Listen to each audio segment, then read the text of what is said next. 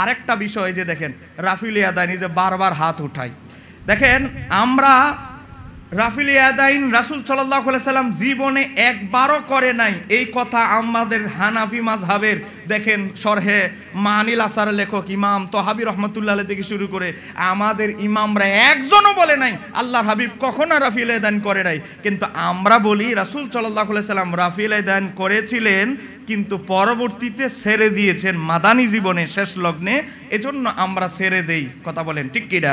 একটা বিচারে দুইটা রায় হয়েছে। এখন প্রথম রায়ের পরে লোকটা বলল আমি গরিব, আমার দ্বারা সমর্থ নাই আমাকে এই জরিমানা দেওয়া, এই শাস্তি ভোগ করা। বিচারকরা চিন্তা করে দ্বিতীয় আরেকটা রায় দিল, 50,000 টাকা কি করলো হালকা করে দিল। রায় কি শেষেরটা টিকবে না আগেরটা? শেষেরটা। তো এখন আল্লাহর হাবিবের শেষের জীবনে আল্লাহর হাবিব বারবার হাত উঠানো ছেড়ে দিয়েছে, এজন্য আমরা ছেড়ে দেই। এখন ওনারা বলে ছেড়ে দেওয়ার কোনো প্রমাণ নেই, আমরা যে ছেড়ে দেওয়ার ওয়াজ করি এটা নাকি প্রমাণিত নয়। দেখেন আবার তাদের বাটপারির জবাব। সহিহ মুসলিম শরীফে দেখেন, সহিহ মুসলিম শরীফ যে সহিহ কিতাব, এতে কোনো সন্দেহ আছে? সহিহ মুসলিম, বুখারী মুসলিম দুইটা আসমানের উপরে, আসমানের নিচে জমিনের উপরে সহিহ মুসলিম আর বুখারী হচ্ছে সবচেয়ে বিশুদ্ধ কিতাব। হাদিস নাম্বার 430 নম্বর হাদিস। আল্লাহর হাবিব একবার একদল সাহাবীদের পাশে দিয়ে যাচ্ছে, দেখতেছে সাহাবীরা বারবার হাত উঠাচ্ছে। আল্লাহর হাবিব বলে আমি তোমাদেরকে ঘোড়ার লেজের ন্যায় বারবার কেন হাত উঠাতে দেখছি? আল্লাহর হাবিব সর্বশেষ বললেন উসকুনু ফিস সালাতি, তোমরা নামাজে শান্ত থাকো, তোমরা নামাজে কেন বারবার হাত উঠাও? এই হাদিসটি এসেছে সহিহ মুসলিমে নয়, শুধু 71টা হাদিসের কিতাবে হাদিসটি এসেছে। এই হাদিস উল্লেখ করে আল্লামা মোল্লা আলী কারি মেরকাতের 2 নম্বর খণ্ড 656 পৃষ্ঠা 793 নম্বর হাদিসের আলোচনায় বলতেছে ইন্দা আবি হানিফাতা লি খবরি মুসলিমিন, এই হাদিসটা সহিহ মুসলিমের যে হাদিসটা এটা ইমাম আবু হানিফার কাছে একটা মজবুত দলিল। জোরে বলেন না মারহাবা। হানাফি মাযহাবের মুসলমানদের কাছে, আমাদের কাছে এটা একটা বড় দলিল। আল্লাহর হাবিব নিজেই বলতেছেন নামাজে বারবার না হাত উঠানোর জন্য, নীরবতা অবলম্বন করার জন্য। তাহলে আমরা কি নীরব থাকবো না বারবার হাত উঠাবো? নীরবতা। দেখেন এবার দেখেন উনাদের বড় দলিল হাতিয়ার, দলিল কি? সহিহ বুখারীর হাদিস। মনোযোগ, এই হাদিসটার ব্যাখ্যা না জানলে আপনি রাফিল ইয়াদাইন সম্পর্কেও আপনি অসমাপ্ত বক্তব্য শুনে গেলেন। এখন তারা সহিহ বুখারী থেকে হাদিস দলিল দেয় 736 নম্বর হাদিস। আমাদের আহলে হাদিস ভাইয়েরা তারা আমাদের সুন্নি হানাফি ছেলেদেরকে টার্গেট করার জন্য এই হাদিসটা ব্যবহার করে। সহিহ বুখারীতে 736 নম্বর হাদিস, হাদিসে কি বলা হয়েছে? হযরতে আব্দুল্লাহ ইবনে ওমর বলে আমি আল্লাহর হাবিবকে সালাত আদায় করতে দেখেছি, তিনি রুকুতে যেতে রুকু থেকে উঠতে হাত উত্তোলন করেছেন। দেখেন আল্লাহর হাবিব নিজে রুকুতে যেতে রুকু থেকে হাত উত্তোলন করেছেন, বুখারীর হাদিস, তা আবার 736 নম্বর হাদিস। তো কেন আপনারা হানাফিরা হাদিস বিরোধী আমল করছেন? দেখেন আমরা হাদিস বিরোধী নয়, মনে রাখতে হবে প্রত্যেক হাদিস আমলযোগ্য নয়, প্রত্যেক সুন্নাহ আমলযোগ্য। কথা বলেন ঠিক কিনা? মুস্তাদরাক আলা সহিহাইনের হাদিস, মুস্তাদরাক মুয়াত্তা মালিকের হাদিস, আল্লাহর হাবিব বিদায় হজের ভাষণে বলেছে আমি তোমাদের কাছে দুটি ভারী বস্তু রেখে যাচ্ছি, একটি হচ্ছে আল্লাহর কিতাব আর একটি হচ্ছে সুন্নাহ, আরেকটি হচ্ছে সুন্নাহ। আলাইকুম বি সুন্নাতি আলাইকুম বি হাদিসি, নবী বলে নাই। মনোযোগ, তো আমরা বলি এটা হাদিস এটা সুন্নাহ নয়। কেন এটা হাদিস সুন্নাহ নয়? তারা কারণ হচ্ছে 20 বছর হযরত আব্দুল্লাহ ইবনে ওমরের যিনি ছাত্র তার নাম হচ্ছে হযরত মুজাহিদ রহমতুল্লাহ আলাইহি, তার ব্যাপারে মুসান্নাফ ইবনে আবি শায়বার মধ্যে এসেছে। মুসান্নাফ ইবনে আবি শায়বা হাদিস নাম্বার 2452, তহাবি শরীফের 1357, ইমাম বাইহাকির মারিফাতুস সুনানি ওয়ালা আসারের হাদিস নাম্বার 3286, আর হাদিসের কিতাবের নাম নাই বললাম 69টা হাদিসের কিতাব এসেছে। হযরতে মুজাহিদ বলতেছে সল্লাইতু খালফা ইবনি উমারা, বলতেছে আমি সল্লাইতু বলেছে, খালফা শব্দ ব্যবহার করেছে, আমি আব্দুল্লাহ ইবনে ওমরের পিছনে নামাজ আদায় করেছি, তিনি তাকবীরে তাহরিমা ছাড়া আর কখনো হাত উঠাইতেন না। এখন মনোযোগ দিয়ে শুনবেন, সহিহ বুখারীর 736 নম্বর হাদিসে বলতেছে আব্দুল্লাহ ইবনে ওমর রাদিয়াল্লাহু তাআলা তিনি বলতেছে আমি নবীকে রুকুতে যেতে রুকু থেকে উঠতে হাত উত্তোলন করতে দেখেছি। তো যেই হাদিসটা ইমাম হযরত আব্দুল্লাহ ইবনে ওমর বর্ণনা করলো সাহাবী, তাহলে এটা যদি সুন্নত হয়ে থাকে যিনি বর্ণনা করলো সবার আগে তো তিনি আমল করার কথা। কথা বলেন, সাহাবী যে বর্ণনা করলো নবী থেকে দেখলো, নবীকে দেখলো, তো সাহাবী আব্দুল্লাহ ইবনে ওমর তো এটা আগে আঁকড়ায় ধরার কথা। কিন্তু তিনি কি করেন, তিনি নিজেই রাফিল ইয়াদাইন করেন না। তার মানে বোঝা গেল কি, তিনিও এটা জানতেন যে এটা রাসূল সাল্লাল্লাহু আলাইহি সাল্লামের আপডেট সর্বশেষ আমল নয়। যদি সর্বশেষ সুন্নহসম্মত আপডেট আমল হতো তাহলে আব্দুল্লাহ ইবনে ওমর নিজেই সবার আগে রাফিল ইয়াদাইন করতো। কথা বলেন ঠিক কি না? এটার জবাব দেন আমাদের আহলুল হাদিস ভাইরা, এটার জবাব এখনো পর্যন্ত দিতে পারে নাই। উনারাদের একটা অ্যালার্জি খাই জানি, কয় কি, এখানে একটা রাবি আছে আবু বকর ইবনে আইয়াস, তার শেষ বয়সে স্মৃতিশক্তি একটু লোপ পেয়ে গেছিল, একটু সমস্যা হয়েছিল। এখন আমরা তাদেরকে বলবো আব্দুর রহমান ইবনে আইয়াসকে যদি দুর্বল বলে চালায়া দেয় এই হাদিসকে ইনকার করার জন্য, তাহলে তো বুখারী শরীফ প্রশ্নবিদ্ধ হয়ে যাবে। কেন? কারণ সহিহ বুখারীতে দেখেন, আমি কয়েকটা তালিকা বলছি। 1390 নম্বর হাদিসের রাবি আবু বকর ইবনে আইয়াস, বুখারী শরীফের হাদিস নাম্বার 6666 রাবি তিনি, সহিহ বুখারী 7100 নম্বর হাদিসের রাবি তিনি, সহিহ বুখারী 7509 নম্বর হাদিসের রাবি তিনি। দেখেন আমি সনদ সহ একেবারে বুখারীর ইবারত সহ আমার বইয়ের মধ্যে দিয়েছে। তাহলে আবু বকর ইবনে আইয়াসকে দুর্বল বলা মানে বুখারী শরীফের হাদিসকে প্রশ্নবিদ্ধ করা। বাটপারি যে করতেছেন, বাটপারি যে কোন দিকে গিয়ে আক্রমণ করতেছে, এটা আগে চিন্তা করা উচিত। কথা বলেন ঠিক কি না? তাহলে আমরা বুঝতে পারলাম আব্দুল্লাহ ইবনে ওমর রাদিয়াল্লাহু তাআলা নিজে হাদিস বর্ণনা করেন, নিজে আমল করেন না। তার মানে এটাই স্পষ্ট বোঝা যায় যে রাফিল ইয়াদাইন করা, বারবার হাত উঠানো নবীর সুন্নত কখনোই হতে পারে নয়। এবার আসেন দেখেন আরো অনেক আছে। আব্দুল্লাহ ইবনে জুবায়ের আছে। আব্দুল্লাহ ইবনে জুবায়ের একজনকে বারবার হাত উঠাইতে দেখলেন। উমদাদুল কারীতে রওয়ায়াতটি এসেছে, আব্দুল্লাহ ইবনে ওমর বললেন এটা বন্ধ করো, আল্লাহর হাবিব সর্বশেষ এটা তরক করেছেন। আরো অনেক হাদিস আছে। দেখেন এখন মজার ব্যাপার, আব্দুল্লাহ ইবনে ওমর যে নবীকে হাত উঠাইতে দেখেছেন এটা বর্ণনা করেছে ওনার গোলাম নাফে। আর আব্দুল্লাহ ইবনে ওমরের আপন শাহজাদা ছেলে সালিম ইবনে আব্দুল্লাহ ইবনে ওমর, ওনার ছেলে, সেই সালিম ইবনে আব্দুল্লাহ ইবনে ওমর কি বলতেছে জানেন? আমার পিতা আমাকে বর্ণনা করেছে। ইমাম হুমায়দি মুসনাদে হুমায়দির 626 নম্বর হাদিস। ইমাম হুমায়দি কে জানেন? বুখারী শরীফ যার নাম দিয়ে বুখারী শুরু হয়েছে, এই যে ইন্নামা আমালু বিন্নিয়ত আমরা হাদিস বলি, এই হাদিসের প্রথম রাবি হচ্ছে হাদ্দাসানা হুমায়দি, ইমাম হুমায়দি। সেই ইমাম হুমায়দি ইমাম বুখারীর প্রধান ওস্তাদের একজন। সেই ইমাম হুমায়দি তার মুসনাদে হুমায়দির 626 নম্বর হাদিসে বর্ণনা করতেছে, আমাকে বর্ণনা করেছে আমার ওস্তাদ সুফিয়ান সাউরি, তাকে বর্ণনা করেছে ইমাম জুহুরি, ইমাম জুহুরি বর্ণনা করেছেন, তিনি বলতেছেন আমাকে বর্ণনা করেছে সালিম ইবনে আব্দুল্লাহ ইবনে ওমর, মানে আব্দুল্লাহ ইবনে ওমরের শাহজাদা আপন ছেলে। তো আব্দুল্লাহ ইবনে ওমরের শাহজাদা বলতেছে সালেম, আমার বাবা আমারে বর্ণনা করেছে তিনি আল্লাহর হাবিবকে নামাজ আদায় করতে দেখেছেন। আল্লাহর হাবিব শুধু তাকবীরে তাহরিমা ছাড়া রুকুতে যেতে, রুকু থেকে উঠতে, এমনকি সেজদায় কোনো অবস্থায় আর হাত উঠায় নাই, শুধু তাকবীরে তাহরিমা ছাড়া আর হাত উঠায় নাই। তাহলে আব্দুল্লাহ ইবনে ওমর থেকে দুইটা রাওয়ায়াত বর্ণিত হয়েছে। বুখারী শরীফ, এই বুখারী কিতাবের যখন অস্তিত্ব ছিল না তখন একটা কিতাব লেখা হয়েছে মুসনাদে হুমায়দি, ইমাম বুখারীর উস্তাদ, সে মুসনাদে হুমায়দিতে আছে আব্দুল্লাহ ইবনে ওমর নিজে বর্ণনা করেছে আমি নবীকে শুধু তাকবীরে তাহরিমা ছাড়া আর হাত উঠাইতে দেখি নাই। কিন্তু আমাদের আহলে হাদিসের বাচ্চারা, আহলে হাদিসের শায়েখরা এই হাদিস জীবনেও মুসলমানকে জানাবে না, শোনাবে না। শোনাইলে তো এদের বাটপারি থলের বিড়াল বেরিয়ে যাবে। কথা বলেন ঠিক কি না?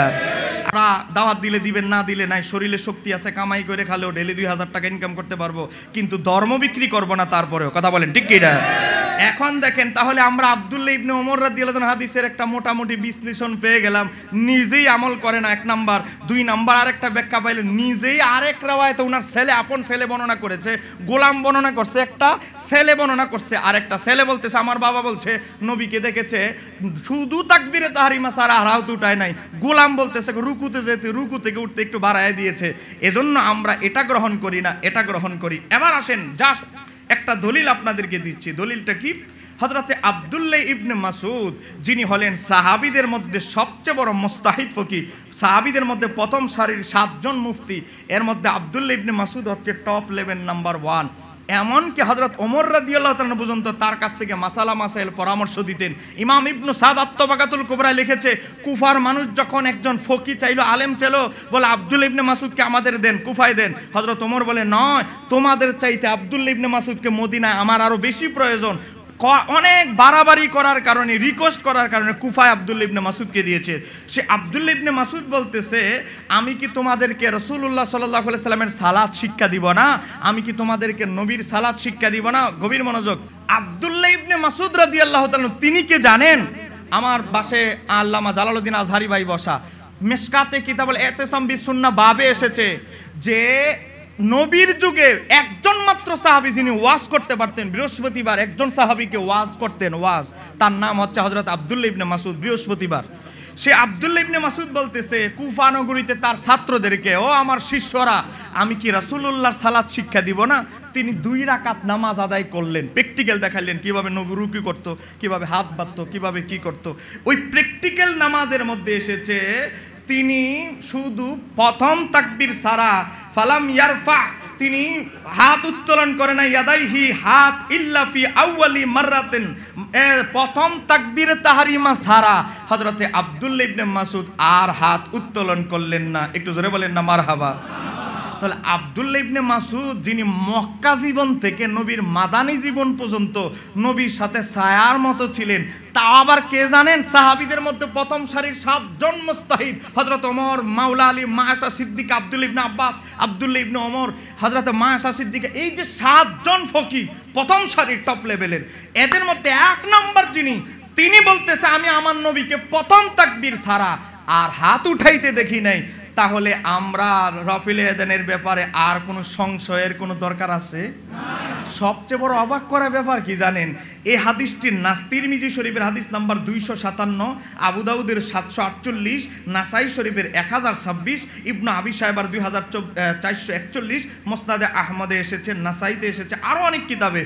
এই হাদিসের তাহকিকে নাসিরউদ্দিন আলবানী তিরমিজির তাহকিক করতে গিয়ে, আবু দাউদের তাহকিক করতে গিয়ে, নাসাই শরীফের তাহকিক করতে গিয়ে আলবানী লিখেছে কি জানেন? ইসনাদুহু সহিহ, এই হাদিসটার সনদ সহিহ। জোরে কর না মারহাবা। আজকে এই আহলে হাদিসরা যাকে ইমাম মানেন, তারা বলে এই 15 শতকের মুজাদ্দিদ হলো নাসিরউদ্দিন আলবানী। তাদের অসংখ্য বই আমার কাছে আছে, কমপক্ষে 70 থেকে 80 হাজার টাকার আহলে হাদিসদের বই আমার বাসায় পাবেন। আমার বাসায় আল্লামা ইকবাল হোসেন আল কাদরি হুজুর যায়, তিনি জানেন। আহলে হাদিসদের প্রায় আমি 1 ডজন বই থেকে দেখাইতে পারবো তারা নাসিরউদ্দিন আলবানীকে এই শতাব্দীর মুজাদ্দিদ বলে। ওরে ভাই, আপনাদের মুজাদ্দিদ নাসিরউদ্দিন আলবানী বলল নবী রাফিল ইয়াদাইন করে নাই, এই হাদিস সনদ সহিহ। হাসান বলে নাই, সহিহ আবার লিগাইরিহি বলে নাই, লিজাতিহি বলেছে। তাহলে সহিহ লিজাতিহি হাদিস থাকার পরেও যারা আমাদেরকে বারবার হাত উঠানোর কারণে আমাদের নামাজকে বিশুদ্ধ নামাজ না বলে, তারা কি আমানতদারিতার সাথে কথা বলে নাকি খিয়ানতদারি? তারা কি আমানতদারি না খিয়ানতদারি? মনোযোগ। তাহলে এই হাদিসটি দেখেন অনেক বিভিন্ন সনদে ইমাম তিরমিজি, আবু দাউদ, নাসাই, বিভিন্ন ইমামরা হাদিসটি বর্ণনা করেছে। এবার দেখেন নবীর সাহাবী আব্দুল্লাহ ইবনে মাসউদ রাদিয়াল্লাহু তাআলা হাদিস তো আপনাদেরকে দেখাইলাম। এখন আব্দুল্লাহ ইবনে মাসউদ রাদিয়াল্লাহু তাআলা একটা আর সুন্দর একটা রিওয়ায়াত, এই রিওয়ায়াতটা বলে আমার আলোচনা শেষ করছি। হাদিসটি এসেছে প্রায় 29টি হাদিসের কিতাবে, সুনানে দারাকুতনির 1133, মুসনাদে আবু ইয়ালার হাদিস নাম্বার 5039, বাইহাকি সুনানুল কুবরা 2534, আরো অনেক কিতাব এসেছে। হাদিসটি কি? হযরতে আব্দুল্লাহ ইবনে মাসউদ বলে, তিনি কি বলতেছেন? সাল্লাইতু মা রাসূলিল্লাহি সাল্লাল্লাহু আলাইহি সাল্লামা, আমি নবীর সাথে, ওয়া আবি বকরিন, আবু বকরের সাথে, ওয়া উমারা, আমি উমরের সাথে নামাজ আদায় করেছি। তারা তাকবীরে তাহরিমা সারা, প্রথম তাকবীরে শুরুতে তাকবীরে তাহরিমা সারা আর হাত উত্তোলন করে নাই। জোরে বলেন না মারহাবা। এখান থেকে আমরা কি শিখলাম? আল্লাহর হাবিব তাকবীরে তাহরিমা সারা হাত উঠাই নাই। নাম্বার 2 কি শিখলাম? খলিফাতুল মুসলিমিন প্রথম খলিফা আবু বকর সিদ্দিক হাত উঠাই নাই।